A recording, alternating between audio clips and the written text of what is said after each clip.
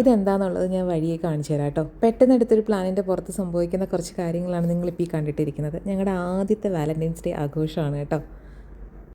ഞങ്ങൾ പരസ്പരം കാണാൻ തുടങ്ങിയിട്ട് ഒരു 13 ഇയേഴ്സ് ആയിട്ടുണ്ടാവും. പക്ഷേ ഇതുവരെയ്ക്കും ഞങ്ങൾ ഒരു വാലന്റൈൻസ് ഡേ ഒന്നും അങ്ങനെ ആഘോഷിച്ചിട്ടില്ല. പക്ഷേ ഇത്തവണ എനിക്കെന്തോ ആഘോഷിക്കാൻ ഒരു തോന്നൽ. ഈ 13 വർഷത്തിനിടയിൽ എന്താ വാലന്റൈൻസ് ഡേ ആഘോഷിക്കാത്തത് എന്ന് ചോദിച്ചു കഴിഞ്ഞാൽ അങ്ങനെ ഒരു റീസൺ വെച്ചാൽ പ്രണയിക്കാൻ വേണ്ടി ഒരു പ്രത്യേക ദിവസത്തിന്റെ ആവശ്യമൊന്നും ഇല്ല എന്നുള്ളൊരു കോൺസെപ്റ്റ് ആണ്. നമുക്ക് വയസ്സ് കൂടുതലനുസരിച്ച് നമ്മുടെ കാഴ്ചപ്പാടുകളൊക്കെ മാറുമല്ലോ. മേ ബി അതായിരിക്കാം. പക്ഷേ ഇത്തവണ എന്തോ എനിക്കിങ്ങനെ ആഘോഷിക്കാൻ ഒരു തോന്നലുണ്ടായി. അപ്പോൾ അങ്ങനെ പ്രീ പ്ലാൻ ഒന്നും അല്ലായിരുന്നു. സോ ഞാൻ വിചാരിച്ചു പുള്ളിക്ക് ഇഷ്ടപ്പെട്ട ഭക്ഷണമൊക്കെ ഒന്ന് കുക്ക് ചെയ്തിട്ട് പുള്ളി ഒന്ന് സർപ്രൈസ് ചെയ്യാം. അതാണ് ഇന്നത്തെ നമ്മുടെ ദൗത്യം. അപ്പോൾ നമുക്ക് തുടങ്ങാം.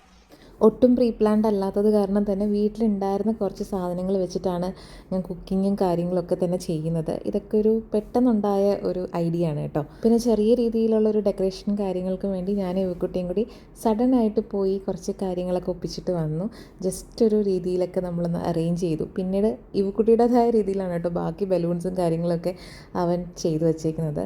അപ്പോൾ ഞാനിന്ന് ഉണ്ടാക്കിയിട്ടുള്ളത് അപ്പവും നല്ല മട്ടൺ സ്റ്റൂവാണ്.